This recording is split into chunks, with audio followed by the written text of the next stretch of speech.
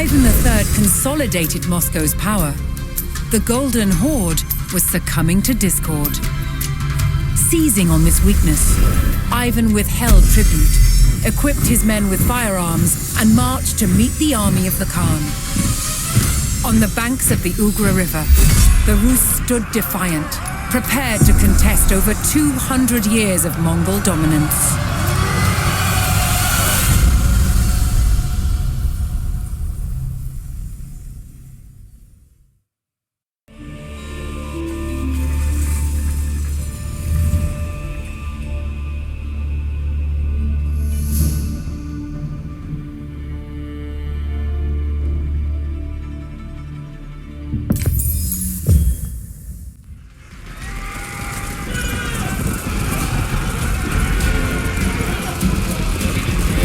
The shadow of Mongol rule had darkened the Rus lands for more than 2 centuries. But now, Ivan III stood on the banks of the Ugra River, ready to cast off the shackles of the Golden Horde. But if he failed, Moscow itself could fall. Трудитесь надобно.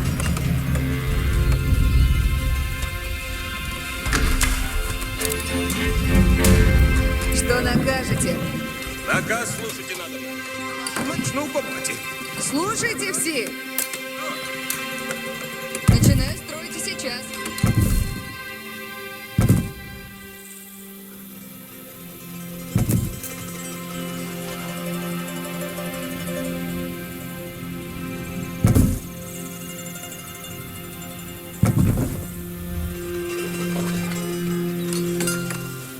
Ожидайте наказа, пищальники! Пищальники, спешите село! Ожидайте наказа. Сейчас. Войни, внемлите! Наказ течите, не празднуйте! Подайте поручение. Наказаны.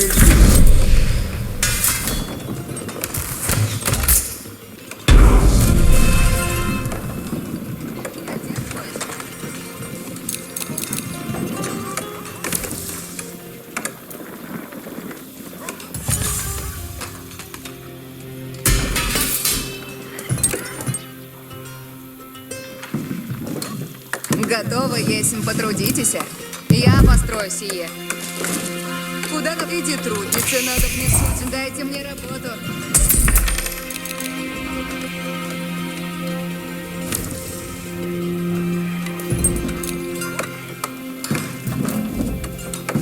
Трудитесь надобно.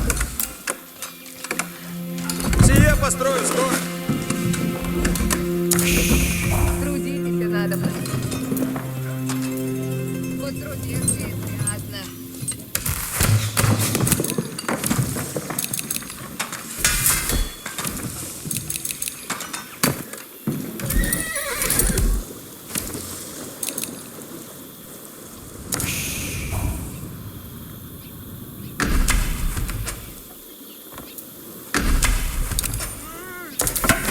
Копье готово есть.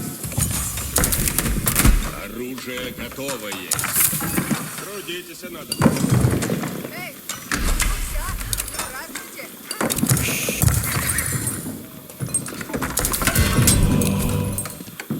Куда направляйтесь? Исполнено будет. Потрудился изрядно.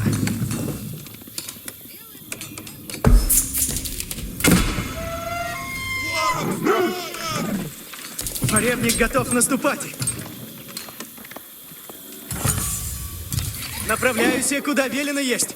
Скачу на брешь. Сделано будет. Иду на ворога.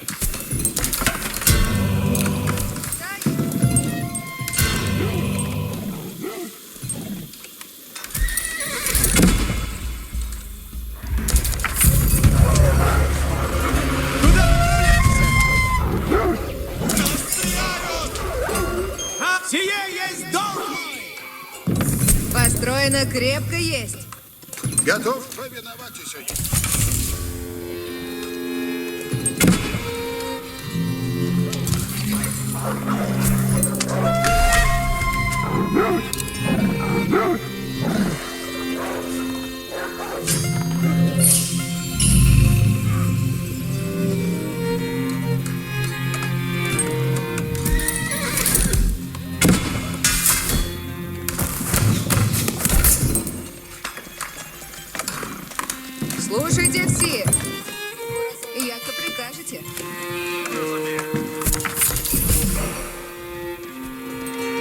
Ожидаю наказа. Повинуюсь.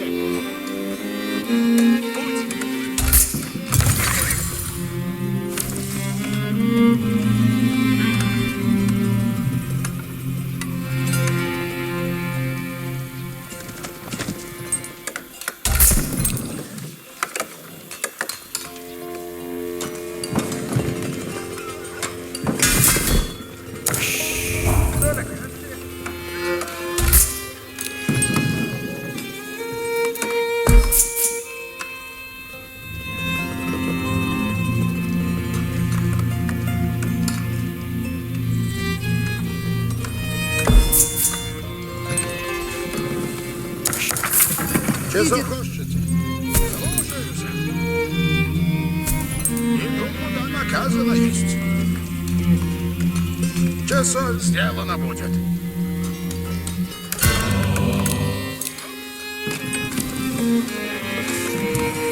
Что накажете? Слушайте все.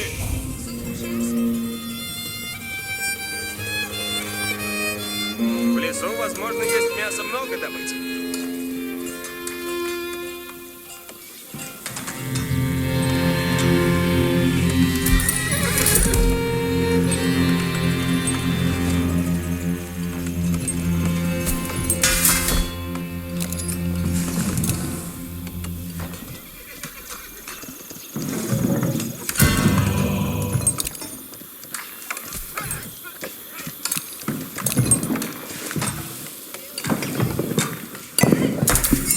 Готов повиноваться.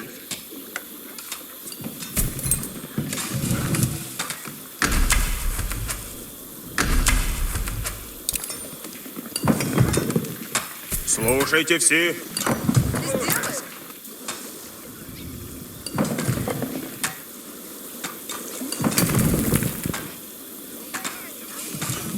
Начинаю строить и сейчас.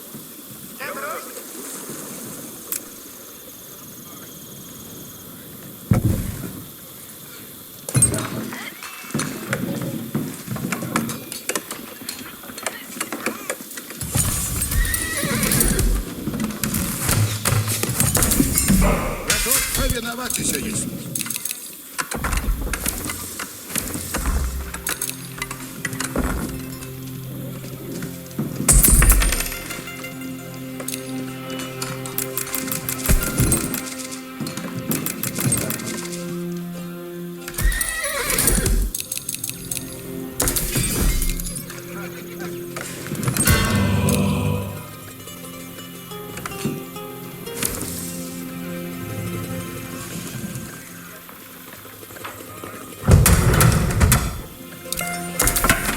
Что велите?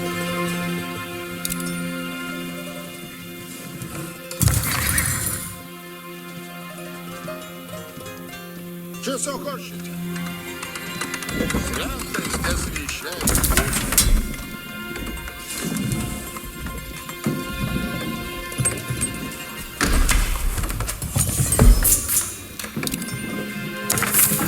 Трудитесь надо.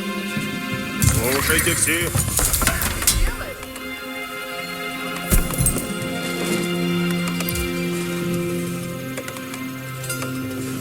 Дайте мне работу.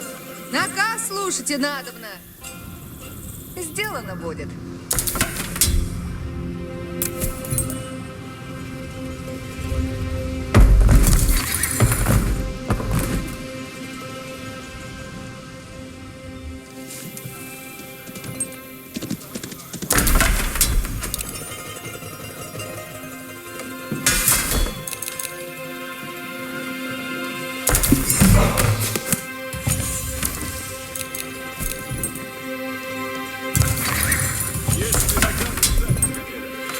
Готов, если потрудитесь. Я построю сие.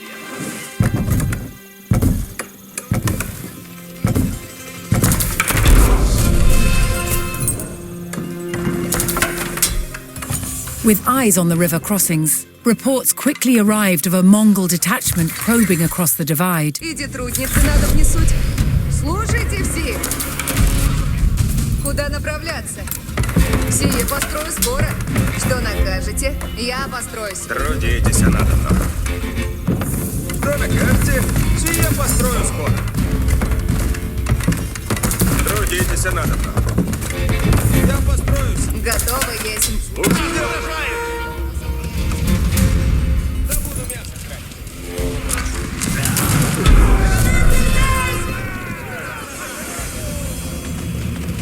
The Mongols had allied with the Lithuanian king, who had promised to send great numbers to assist the Khan at Ugra. As the horde waited, they would continue to probe the Rus encampment. Наказ слушайте надобно. Слушайте все. Люди, напрежь поскору. Разумеется. Идите, труда накажете.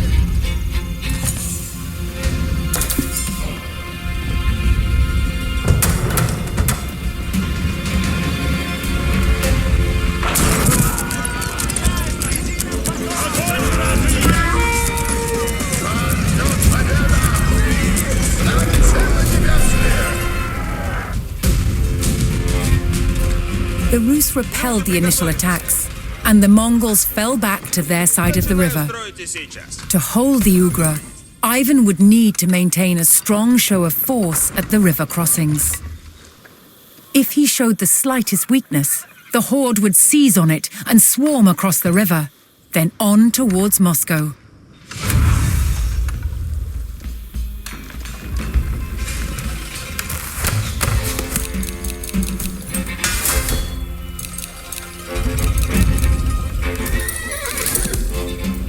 Трудятся люди. Сейчас начну делать их. Начинаю строить и сейчас.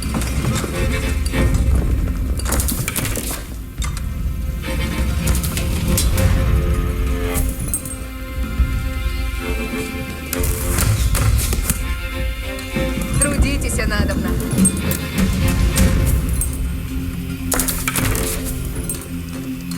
Сие построю скоро.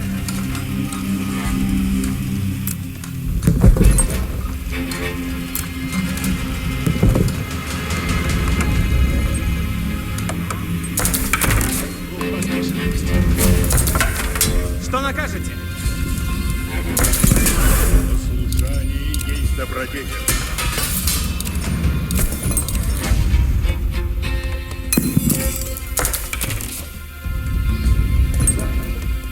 Честно. Будь мой честный.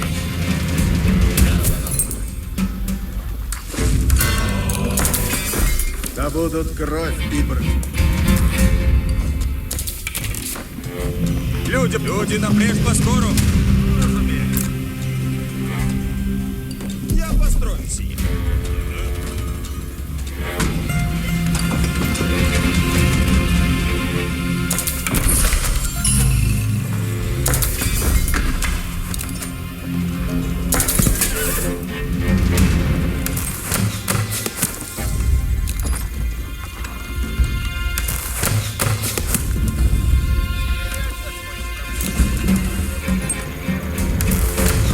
Потрудиться изрядно. Да будут кровь и брань. While the Mongols awaited their Lithuanian allies, they continued to send raiding parties across the river, hoping to weaken Ivan's forces. Построено есть. Радость.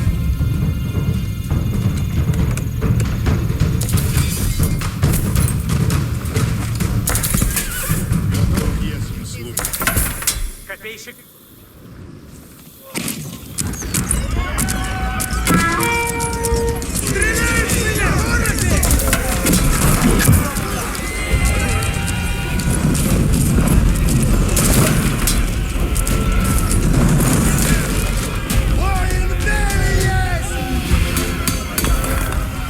Дайте мне работу. Слушайте все.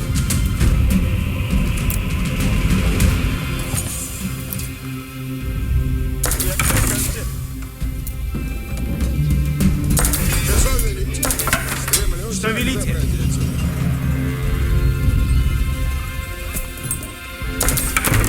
Готово есть. Наказ. Все идем. А в лесу, возможно, есть мясо много добыть. Коня седло. Направляйся, куда наказано поспешен есть.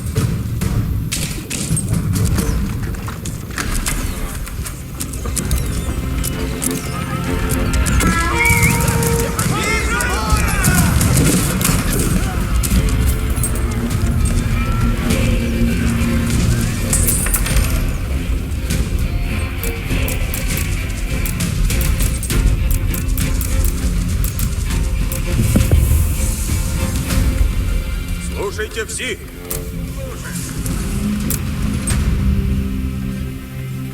Я построю скоро. Что накажете? Слушайте все.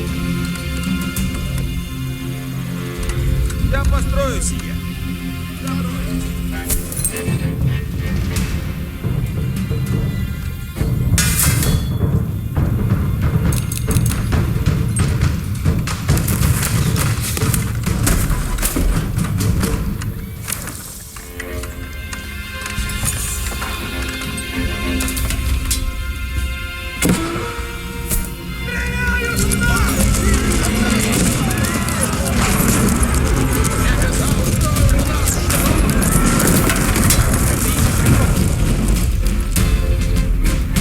Иди трудиться, надо мне суть.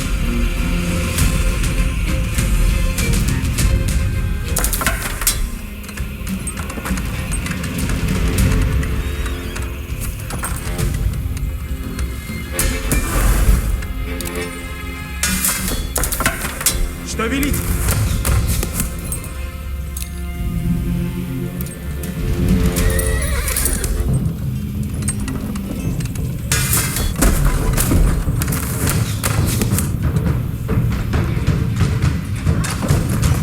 Наказ слушайте надо. Люблю зверя бить.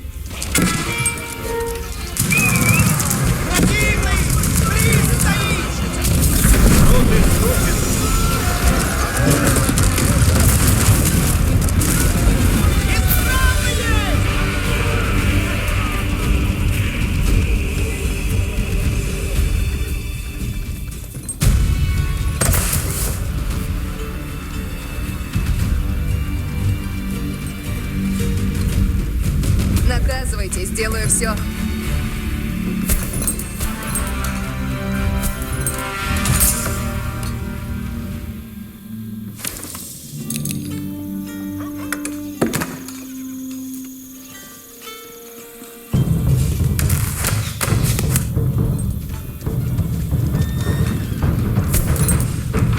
Готов есмь к делу новому.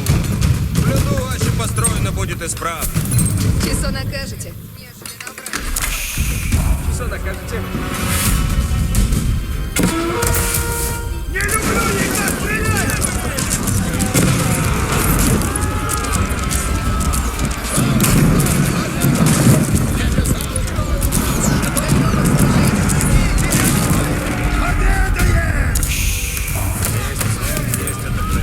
Есть сон, есть. Слушайте все. Новые наказы. Слушайте все. Сейчас наказы будут.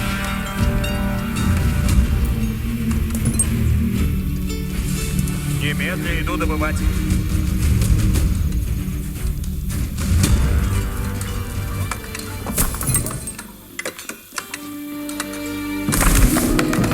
Всем дело свое.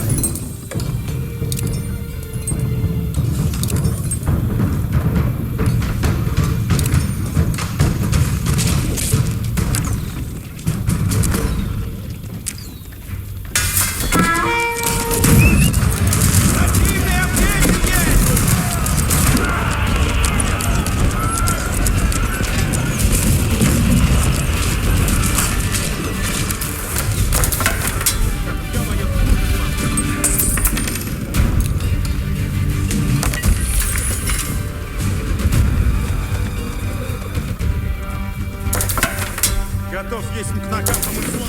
Готовы есть к делу. Слушайте все. Новые наказы суть. Люблю трудитесь в исподней.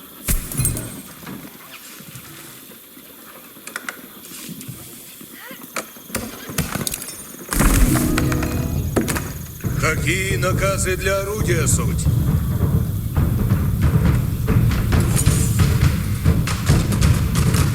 Слушайте, воин, идите. Это наказ. Воины, приказ снова. Повинуются наказу.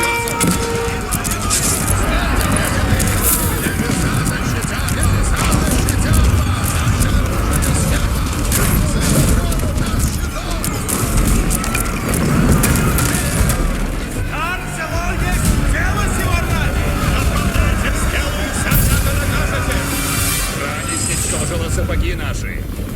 With no word from their Lithuanian allies, the Mongols called in their own reinforcements to bolster their numbers on the fords. If Ivan's forces could intercept and eliminate the detachment, the Rus would face less resistance on the fords.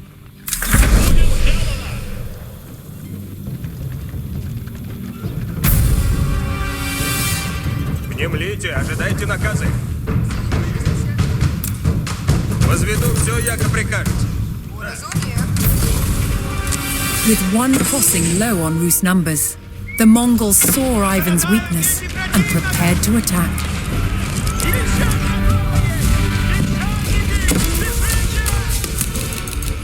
Будет для меня приказ. Внемлите, ожидайте наказы.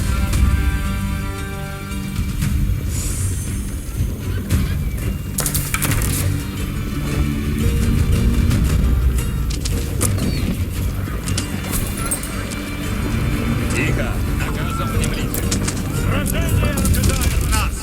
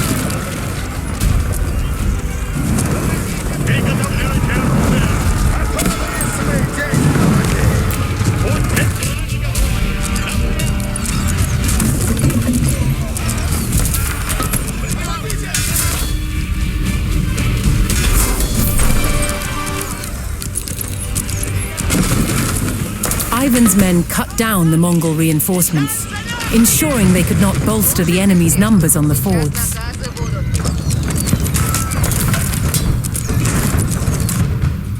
Тихо. Наказом. Еще один погибель! Слушайте все. Сейчас наказы будут. Вижу ворога! Где тут? Сделано все. Правда.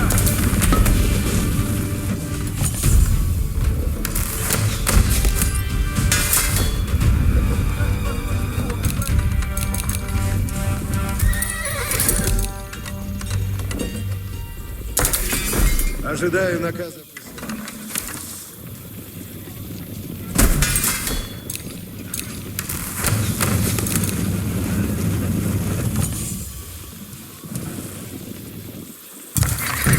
Мне наказ будет.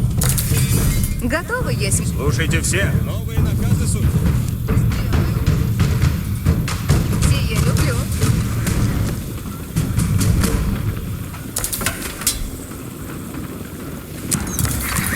И наказы будут.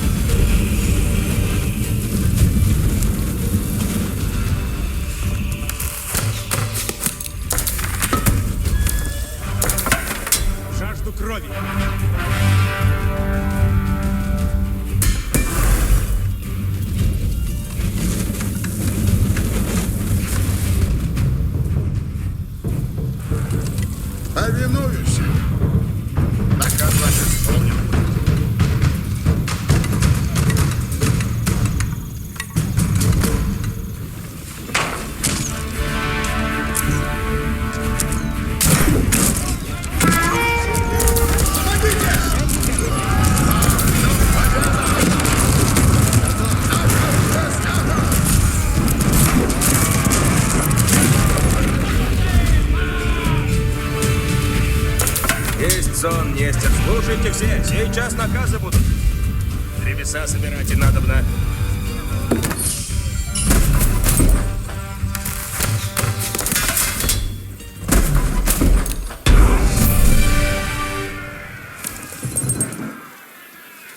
Ivan's Rus army stood strong at the Ugra crossings and would not allow the horde to advance towards Moscow. The Lithuanian numbers that had been promised to the horde had not arrived. The Khan was forced to order a retreat. Ivan ordered his men to burn what remained of the Mongol camp and drive the enemy out of Muscovite territory.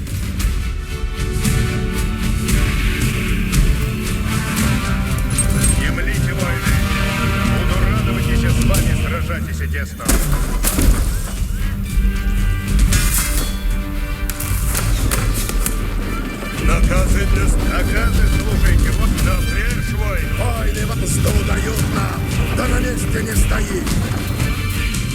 Приготовляйте оружие, наврежь по скору.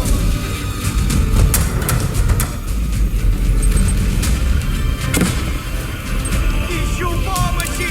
Загружают их!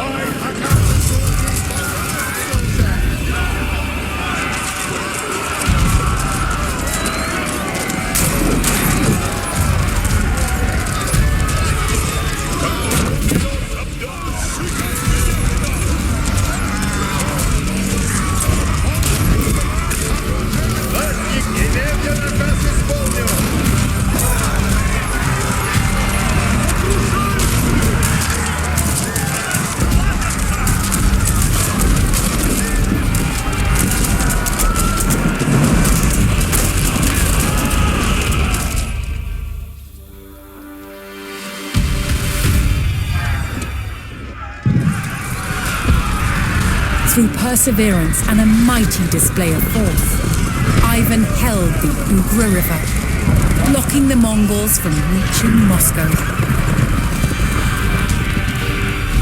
The Rus had finally cast aside the shackles of the Golden Horde.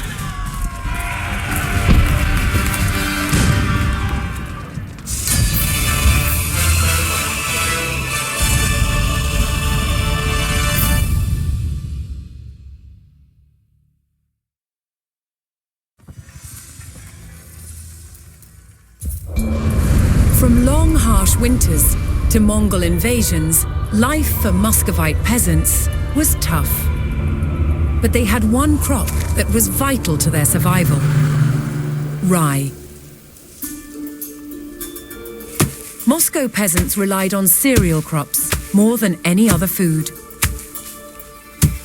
To separate the grain from the straw, cereals had to be threshed with a flail. This tool could also be repurposed for battle. When the Grand Prince called upon peasants to serve in the army, they would have become armed with their tools of the trade, their pitchforks and their pikes, but chief amongst their weapons would be the flail. Farming crops in a land that was covered in snow for 6 months of the year was challenging. But rye was one crop that was particularly adapted to the extreme Moscow climate. The thing about rye is it's incredibly hardy. If you can sow it in autumn, it'll grow through the winter months, even with a covering of snow on the ground. Now, Russia is famous for its long, cold winters, but it also gets very hot and dry summers, and it's in those drought conditions that rye also thrives. And it's for that reason that a majority of Moscow peasants were growing this stuff. But they didn't get to keep all of their crop. The largest rye grains were given to the Grand Princes as tax, while the rest would be used to make bread or malted to make a nourishing, non-alcoholic drink, kvass. It's super easy to make and cheap, really cheap. It's great for helping tired muscles recover, and it's just quite refreshing, and also helps control infections. Muscovite soldiers drank kvass as part of their daily rations. It's made by first adding ground malted rye to boiling water. After cooling, yeast culture is added, causing the mixture to ferment. This kills off any germs in the water. There you go. Around 3 days later, the kvass is ready to drink. The bubbles are really starting to come up now. Yeah. Just the yeast doing its work.